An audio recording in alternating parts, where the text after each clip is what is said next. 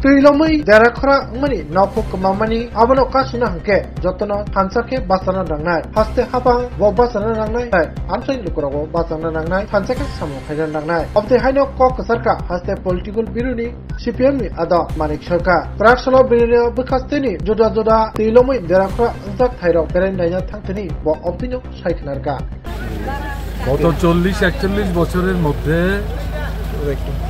এই যে মানে বন্যা এটা অভাবনীয়। নতুন প্রজন্মের যারা তাদের তো এই অভিজ্ঞতা নাই। 83-তে যেটা হয়েছিল তারপর এটা এবং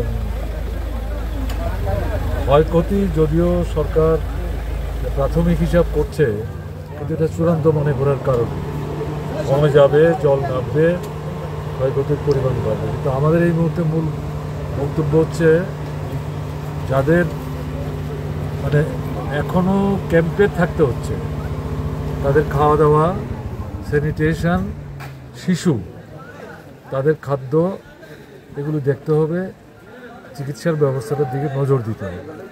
যাদের বাড়িঘর ভেঙে গেছে, এই যে এই পাড়াটা ঘুরলাম আমি, তা তো প্রায় সব বাড়িতেই একটা দুইটা করে মাটির ঘর সমস্ত ভেঙে পড়ে গেছে, টিনের ঘরও ভেঙে পড়েছে। তো তারা যাবেন কোথায়, থাকবেন কোথায়? কাজেই সমস্ত দিকটা বিবেচনায় রেখে সরকারকে বিশেষ সিদ্ধান্ত নিয়ে এদের ঘর তৈরি করে দেওয়ার ব্যবস্থা করতে হবে। তারপরে যেটা সেটা হচ্ছে এখানেই একজন দুজন বাচ্চার বাবা আমার সঙ্গে কথা বলছিলেন, বই নাই, বই তো সরকার থেকে দিতে আমরা বলবো। ক্লাস 8 পর্যন্ত সবাই পাবে, 9-10 পর্যন্ত আমরা সরকারে থাকার সময় দেওয়ার ব্যবস্থা করেছি। আর্থিক সঙ্গতির উপর ভিত্তি করে এটা দিতে হবে, না হলে তো পড়াশোনাই করতে পারবে না। এই আর যারা অসুস্থ হয়েছেন এই বন্যার কারণে তাদেরকে হাসপাতালে রেখে চিকিৎসার দায়িত্ব সরকারকে নিতে হবে।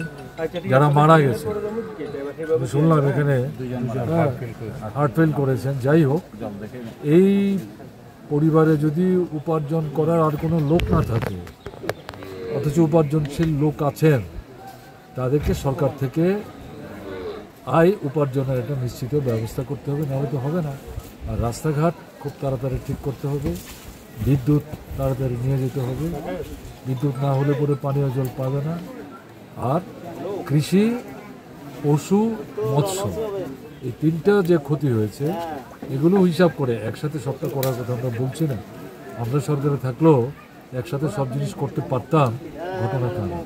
কাজেই সরকারকে ধীরে ধীরে পর্যায়ে পর্যায়ে এটা করতে হবে, কিন্তু ওই ক্ষতি যা হয়েছে, ক্ষতিগ্রস্ত যারা তাদের পাশে দাঁড়িয়ে সাহায্য করতে হবে।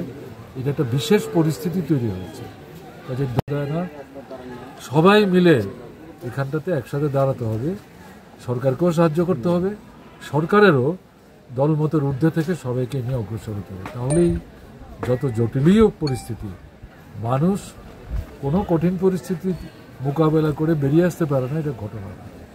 দেখা যাক না কি হয়। ঠিক আছে স্যার, আজকে কোন কোন জায়গাতে এসেছেন? দক্ষিণে কোন জায়গায়? বিলোনিয়া ঢুকলাম আমি, ইয়েতে অমরপুর আগে গেছি, উদয়পুরে গেছি, সোনামুড়া গেছি, আজকে বিলোনিয়া করে শান্তিবাজারে যাবো। চলো, ঠিক আছে।